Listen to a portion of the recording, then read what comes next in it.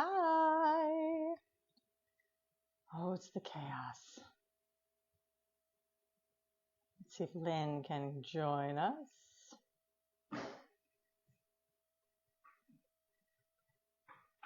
Join me, Lynn. Join me.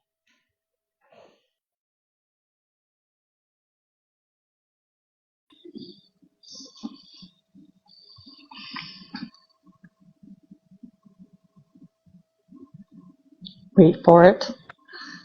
Hi. Long Hey, time no see. I know. It's been I know. like a hot minute. This is how we get shit done. We don't sleep. I just kept waiting for one of us to say that in Facebook Live. I'm like, there is that one extra thing that neither of us seem to mention. There's also We don't advocate for that. no sleep No, till no. Brooklyn. Anyway. Oh my gosh, I haven't heard that song forever. Now it's gonna be in my head. You're welcome. You're Thank welcome. you. Good No, morning. I hope you have a wonderful day of that song going around in your I head. am totally gonna play it and I'm not mad at it, but because I saw Wicked Friday, like all Oh. I'm hearing are Wicked songs, right? And obviously it's all over our It's all over social this. media. I feel like every third Great song in my head movie. is. I didn't see, the thing that throws me off about it, which is why I have not seen it, is why is the first movie, because I didn't realize it was a two-part movie until somebody told me. Why is the entire first part of this movie longer than the musical? That was the entire, both sections. Why is that? Well, they do weave in more storyline to make it a movie. There is more, but Understood, but I that's know, what I was like. That's my I, justification I know I for not read the seeing it. book, but no, I want to say the musical was at least 3 hours when I saw it. There's no way. Maybe I'm wrong, but I mean, it was been a long time since I've seen the musical. Granted, it's been so long since I've seen the musical that I can't even remember what city I was in. I'm like, was it New York? Was it San Francisco? I Chicago? saw it I in don't remember. Hawaii. I know I didn't see it in Hawaii, but I don't remember what city I was in, and I know it was a mainland city. So 2 hours and 45 minutes. okay, so that's the length of the movie or the show? The no, the musical. Okay, so how long's the movie? It's like 2.5 hours at least, right?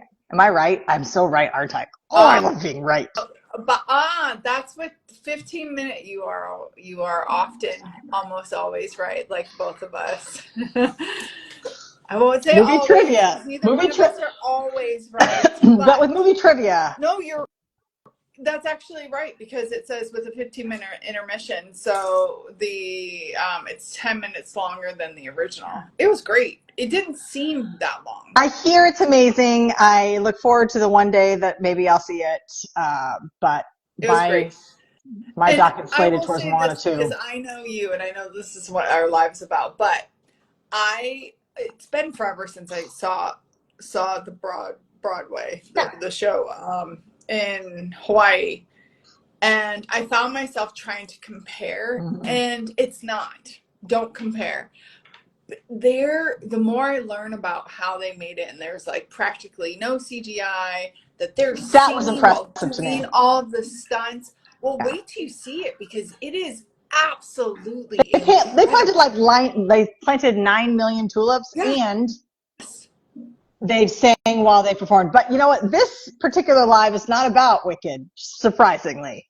We're here to talk about getting shit done, which is not what we're Love doing it. right now. No, I mean, this is what we do. Yes, we're talking about getting shit done. So, for those of you who haven't caught it, we went live on LinkedIn first, then live a Yes. couple of hours ago on Facebook. And so now we're going live on Insta to answer some questions that you have been giving us over the last few days about procrastination, getting shit done, like the end of the year, feeling overwhelmed. We have so many questions. So, what question do you want to start with, Amanda? I want to start with where we left off on Facebook, which was we had a question that came in about what to do about procrastination and what to do about perfectionism.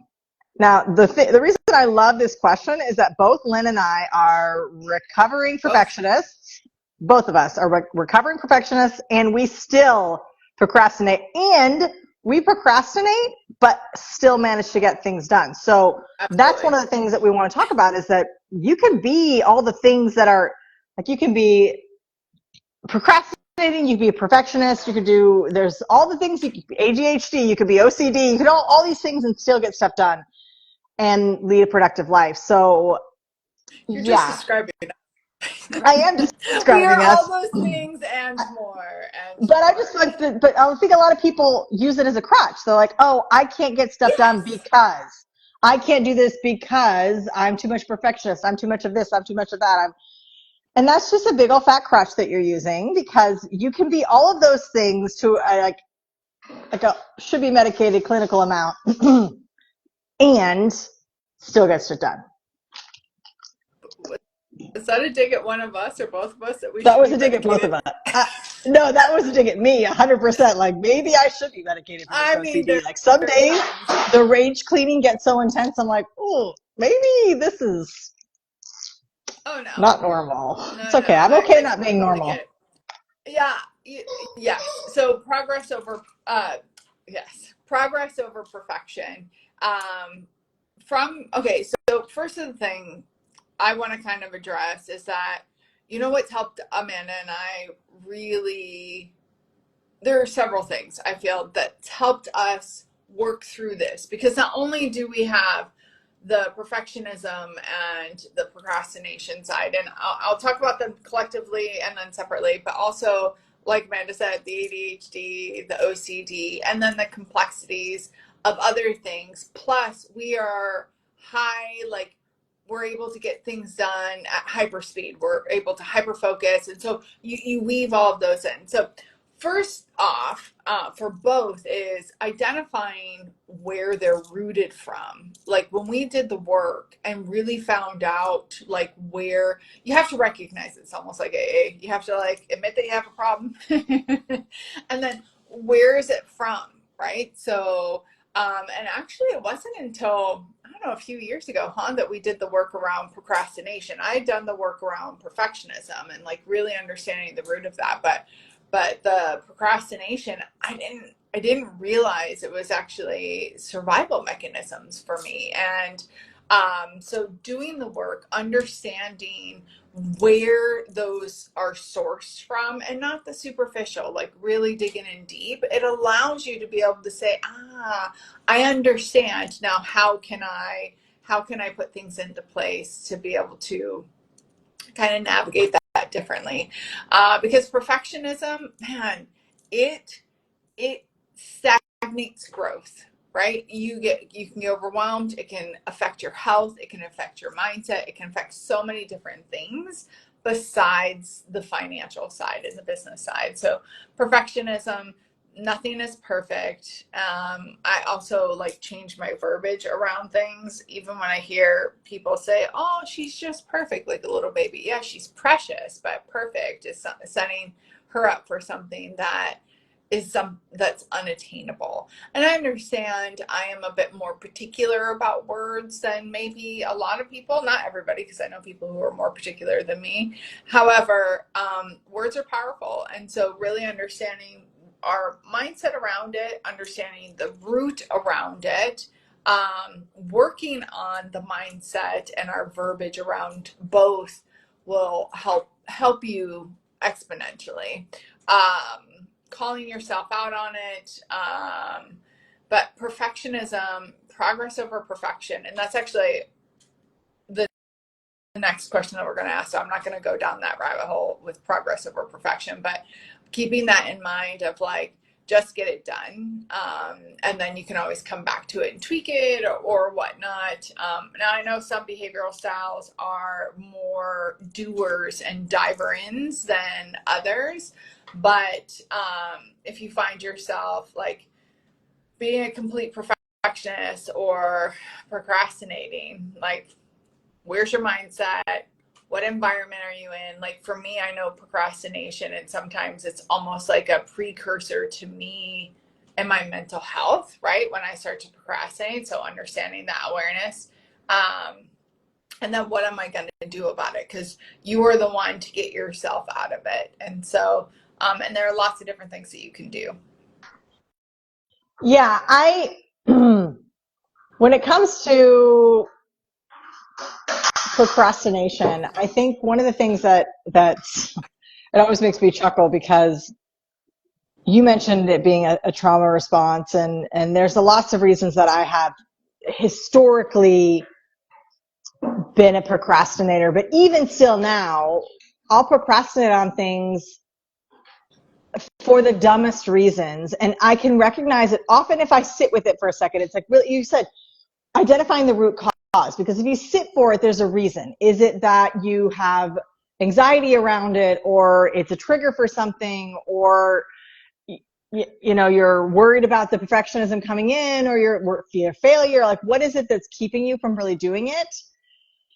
And if you figure that thing out, it kind of works itself out. And there are lots of reasons. I mean, it's almost never, for me anyway, it's almost never the same reason in a row. Like I'll just call myself out. I won't answer a voice message, not because I am worried about what the other person's going to say. It's that I genuinely I just have this block around answering my own messages. I've had it for years. I've had this. Or, I won't call this particular doctor back because I'm worried about the results, or I'm not ready yet to mentally handle the results. And even though I've already made up my mind around it, it might just be a block on that. So there's lots of reasons that you might procrastinate, and none of them are serving you. But one of the ones that I know my clients use all the time, one of my clients in particular, and I posted about this earlier this week. What day is it? Is it Tuesday? It's Tuesday, isn't it? Well, is it Wednesday? What day is it? Here. It's Wednesday. No, it's Tuesday. What day? It's Tuesday for you. It's Tuesday. I mean, just because I posted it earlier this week, and I'm like, what the heck day is it? I mean, earlier this week, literally yesterday. Yesterday I posted it, but that was like 7 days ago in my mind. Posted about the deadline mode, the idea that I'm going to procrastinate because once deadline mode comes, I'm going to hyper focus. And I did this all through college. I convinced myself that I was incapable of writing a paper unless I started after 10 p.m. the night before. And that is something I did for 4 years of college through 4 different degrees. I refused to start a paper until 10 p.m. the night before. And it was like I convinced myself this is the time that I'm write the best. No, it's when my brain finally kicked in and was like, you have to do this. And so if you find yourself actually relying on deadline mode, you're creating extra unnecessary stress, chaos, long nights in the olden days in the computer lab where we had everything had to be done through the lab. Late nights, friends bringing you ramen noodles. I mean, all the things that were completely unnecessary, and it didn't make me a better writer because I waited until deadline mode. No, it's just like whatever kind of anxiety-ridden, hyper adrenaline, fight or flight mode kicked in and allowed me to finish things. And so if you're still living in that deadline mode scenario, you're actually creating a lot more unnecessary stress and chaos in your life. And if you can let go of that in favor of understanding that deadline mode is in your head and it's mostly just fear and adrenaline, it's not really that you're better at that time of day. Like, you're not actually better at performing at the last second. It's more like your adrenaline and it's what your stress levels have just kicked in. That's not actually being more productive. Sometimes it works, and you're nervous. I acknowledge that I still do that occasionally. I will employ deadline mode. It's not my finest moments, but it doesn't make me better when I do it. No. If anything, I think it just makes me more anxiety ridden and faster, and obviously more efficient. But it's not a good way to live all the time.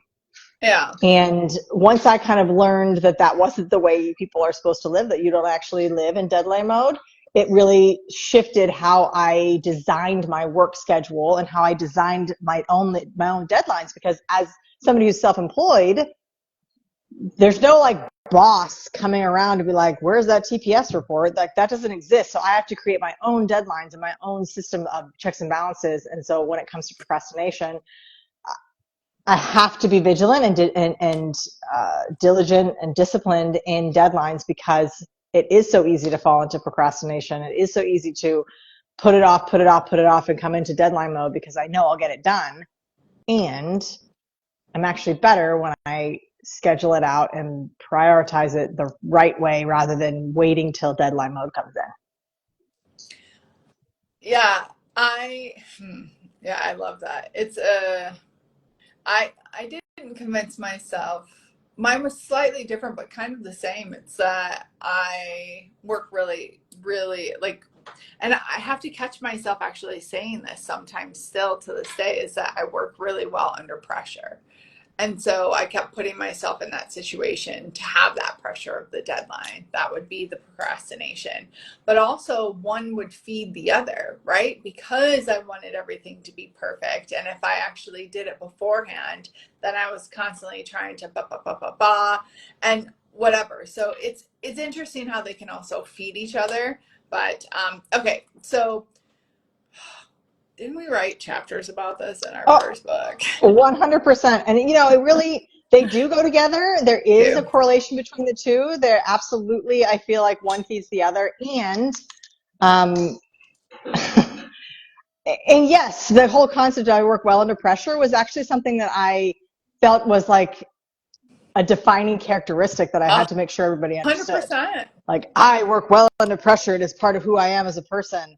Mm-hmm. Well, yeah, that's great. And if I were a hostage negotiator, that'd be really, really effective. And I'm glad that I have that skill set or that ability to adapt. I think we would have made great hostage negotiators. Dude, I feel like dealing with a hostage situation every single day. And I don't necessarily think that that's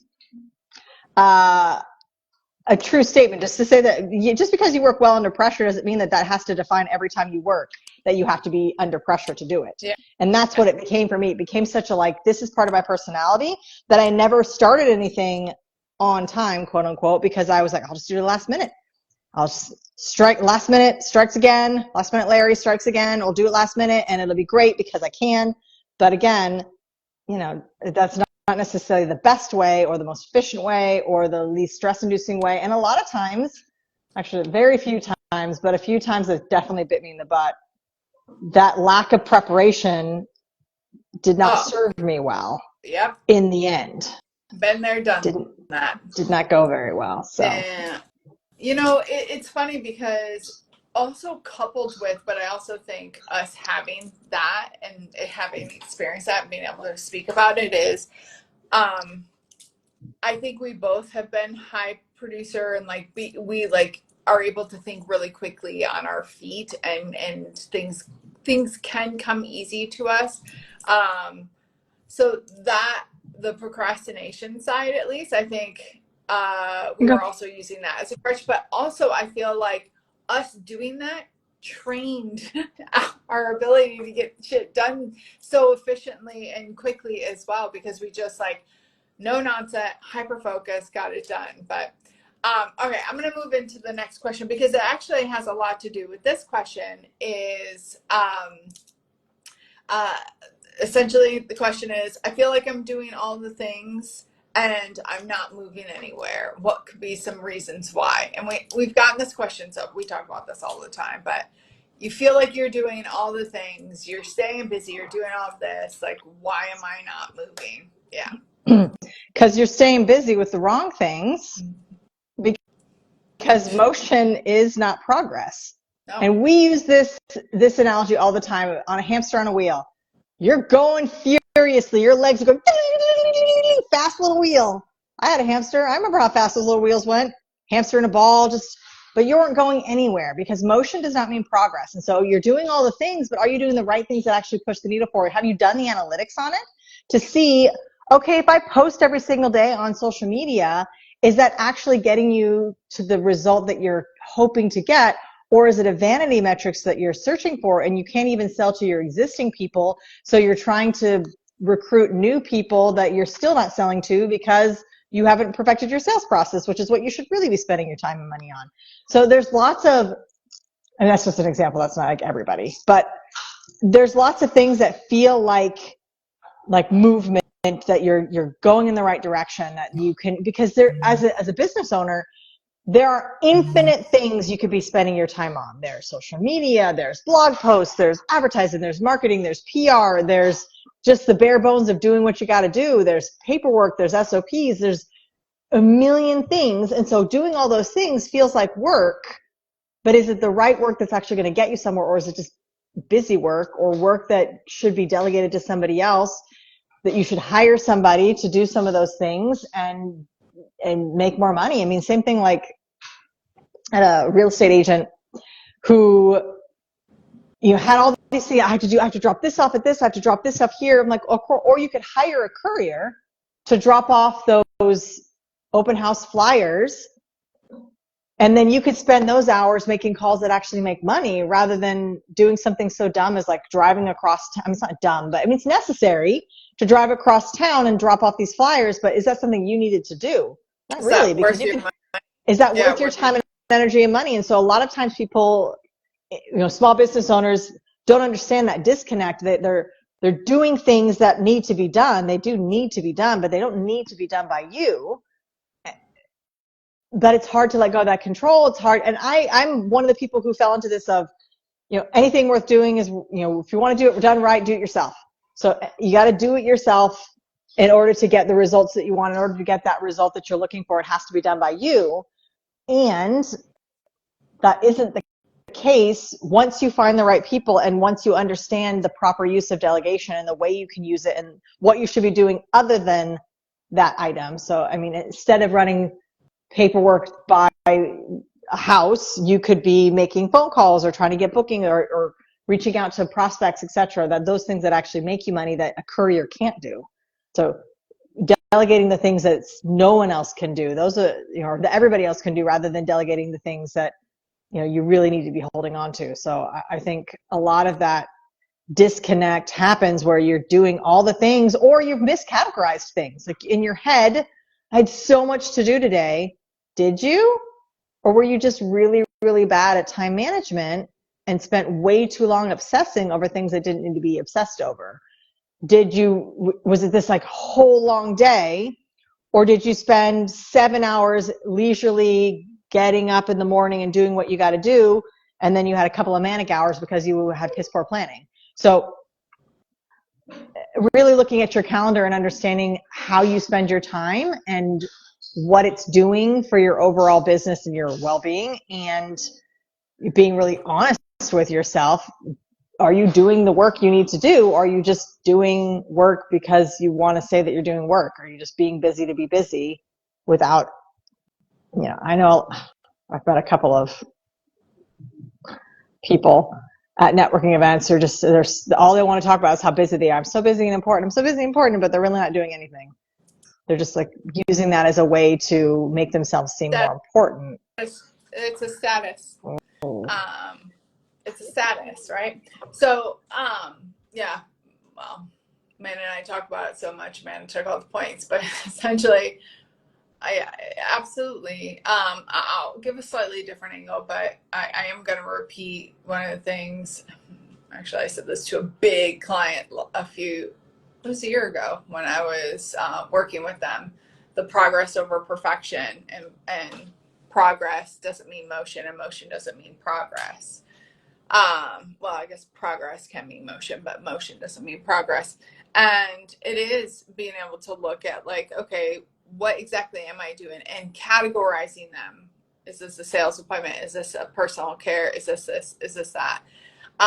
You had mentioned piss poor planning. Absolutely, that can be one thing. But also, when we don't have clarity of mind, when we don't have the grounding and to be able to see things can, especially, and I'm gonna lay this out here, especially with the holiday seasons and stuff, like mental illness, like depression and disconnect and things like that start to come up. And so it could feel like you're doing all the things because it's taking a lot of energetic, it's taking a lot of energy, and some physical energy maybe. And this could be a sign for you to, like, kind of just tap out, kind of just shut things down for a second, so that way you can reground, refocus, deposit into yourself a little bit. So we don't want to definitely poo-poo the people who definitely need, like, they're just spread so thin that they can't get their head above water, and we understand. So there's lots of different things, but that also to me is like, once you've done that, why are you living in reactive mode? Because most people that are in that situation, they've lost control of, and they feel like they're doing all the things. So they either don't have clarity, they're either using it as a status or kind of like a go-to, even on a subliminal level. Sometimes they don't realize that it's the buzzword, it's the way to be, or whatnot. It's their mindset around it. And we did a whole podcast, and we've had a lot of conversations around the hustle culture, because it's gotten a bad name. And at the end of the day, hustle is not what some people are saying. Hustle is like doing what you need to do to get what you need to get and where you need to get, right? It's like putting in the grind, putting in the work today for the results tomorrow, next year, etc.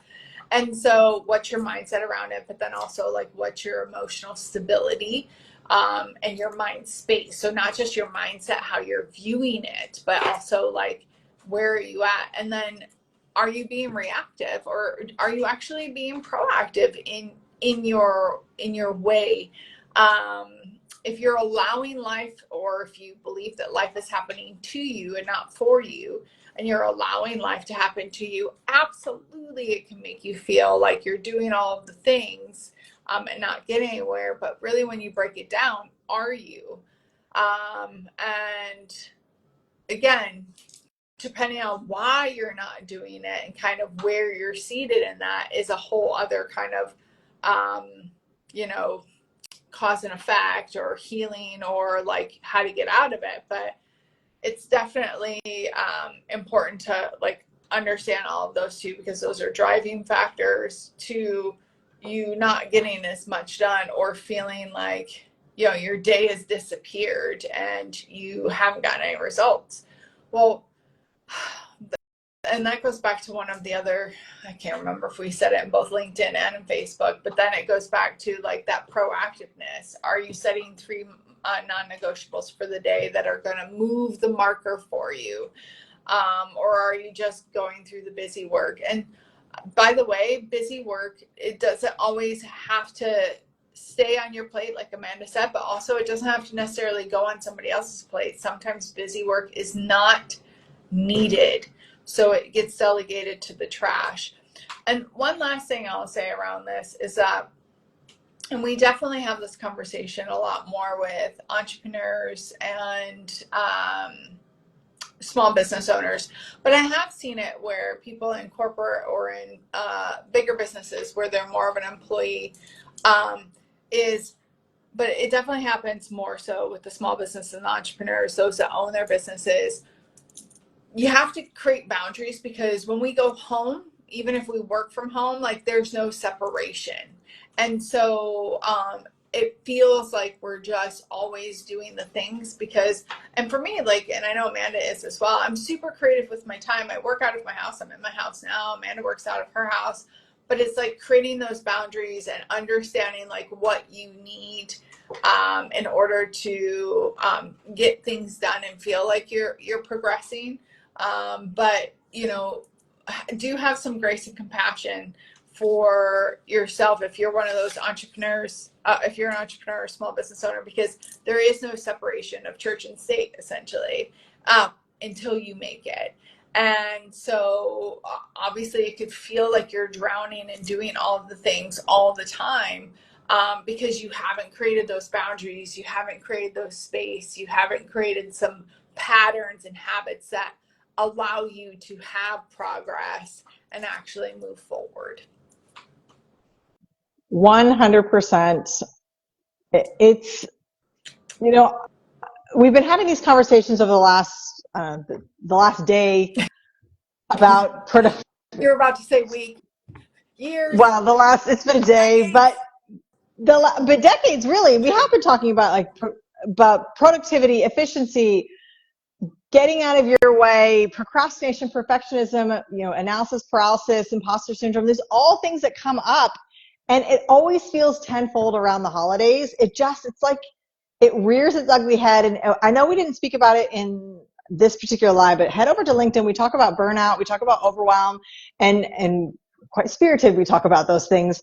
And ultimately it comes down to, if you want to get more done, if you want to get shit done, you're going to have to put in the work, and you're going to have to let go of some of those excuses and realize that it all comes down to you. And that's the good part. That's the control. That's the create your own destiny. If you want to leave it up to fate and all those things, that's great. And you still have to, I mean, the Lord helps those who help themselves. Like you have to put in some of the work. You can't just sit around at home. You can't, even if you're on the right path. Religious up in here. I know. Well, you know what? Tis the season. But even if you're on the right track, eventually you're going to get run over if you don't keep moving. So you've got to recognize that you are part of the equation here, and no matter what you're struggling with, it's up to you to get beyond that. You're more than part of the equation. You've created the life and the situation that you have. So how do you get out of it? Every moment pre this has brought you to right now. So how do you, if you're done truly, because believe me, Amanda and I get so many inquiries about like, oh, please help me. We see that you do this and you help with this and da da da. And many of them, I would say at least 50%, we're able to not work with right away because they don't want to put in the work. They like the idea of, but they don't have the drive or discernment or determination to drive, discernment, determination, the 3Ds. Write that one down. To be able, I was joking, but yeah, please do. To actually make the change, because we can't make it for them, right? And so I think that's really important. But listen, also we talk about in Facebook, if you want to head over LinkedIn and Facebook, we answer different questions on Facebook as well. And we talked about like how to get the most of our week and like all these other things. How do we get all the things done? But we have a free masterclass coming up, Get Shit Done. Some of you might have already attended. We are going to tell you, attend again. You're always going to get new nuggets. You're in a different headspace. It is free. It's only 1 hour, and we will give you some of our, just like our ride or dies that that have helped us and change our lives, but more importantly, our clients' lives. When they apply and actually practice some of these, it changes.